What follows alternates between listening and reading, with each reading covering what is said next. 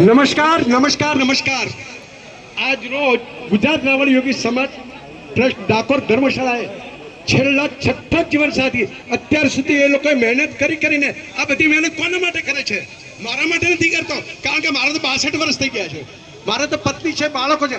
આ બધી મહેનત દીકરાઓ દીકરીઓ તમારા માટે કરે અને વાલીઓ તમારા દીકરા દીકરીઓ માટે કરે છે. તો એક અને માત્ર એક વિનંતી કે તમે દરેકે દરેક લોકો આ પસંદગી મેળાની અંદર બહુ ધ્યાનથી એક વસ્તુ સાંભળો.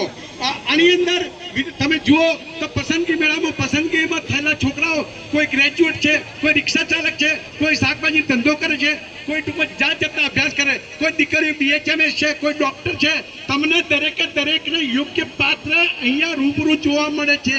એટલે મહેરબાની કરો અને મારી નમ્ર વિનંતી કે દરેકે દરેક લોકો ધ્યાનથી સાંભળે અને આપણને પસંદ ના આવે તો તમારા ધારો કે તમારામાં કોઈ સગામાં આવતું હોય તો પણ મેળ ના આવે તો તમે બીજાને પણ આ રીતે વાતચીત કરી શકો છો.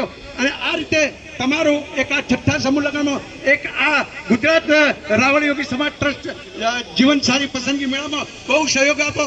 અને હું કહું છું ત્યાં સુધી ઓછામાં ઓછા 25 ટૂંકમાં, હું વધારે નથી કહેતો, 220 છે તો ઓછામાં ઓછા 25 દીકરા દીકરીના સપનાથી થાય એવી આપણે ડાકોરના રણછોડરાય અને ભગવાનને પ્રાર્થના કરીએ. અને આ લોકોના આ વખતે નહીં પણ જેટલા કાર્યક્રમ કરે તમે જોયું હશે કે આ ડાકોર ધર્મશાળા ટ્રસ્ટ સમૂહ લગ્ન કરે છે. અહીંયા તમે ચાંદ કરાવો સમૂહ લગ્ન કર્યા હતા, પુનાભાઈએ બહુ સરસ કર્યા હતા. અહીંયા ગઈ સાલ ધર્મશાળાનું એક મહા આયોજન કર્યું હતું. અહીંયા યજ્ઞ કર્યો હતો 51 કુંડીનો.